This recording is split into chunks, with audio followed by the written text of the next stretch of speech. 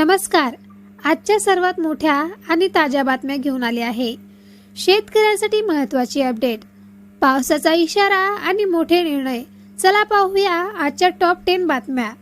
मराठवाडा आणि विदर्भामध्ये पुढील 3-4 दिवसात अवकाळी पावसाचा अंदाज. काढणीला आलेल्या पिकांना मोठा फटका बसू शकतो. शेतकऱ्यांची पिके सुरक्षित ठेवण्याचा सल्ला.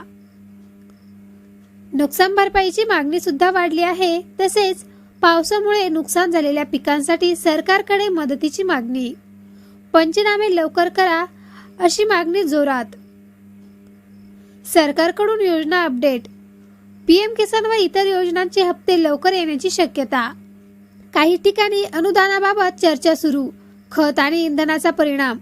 डिझेल आणि खतांच्या किमतीमुळे शेतीचा खर्च वाढला तर शेतकऱ्यांच्या नफ्यावर थेट परिणाम.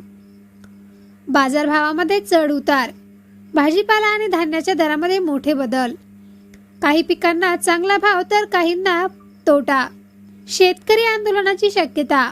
विविध मागण्यांसाठी शेतकरी संघटना आंदोलनाच्या तयारीत. कर्जमाफी, हमीभाव, नुकसान भरपाई हे मुख्य मुद्दे. महाराष्ट्रात अवकाळी पावसाचा इशारा देण्यात आला आहे. विशेषतः मराठवाडा आणि विदर्भात पुढील 3 ते 4 दिवस पाऊस पडण्याची शक्यता आहे. यामुळे काढणीला आलेल्या पिकांना मोठा फटका बसू शकतो.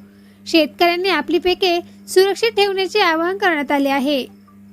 अशाच महत्त्वाच्या अपडेटसाठी आमच्या चॅनलला सबस्क्राईब नक्की करा. व्हिडिओ लाईक आणि शेअर करायला विसरू नका.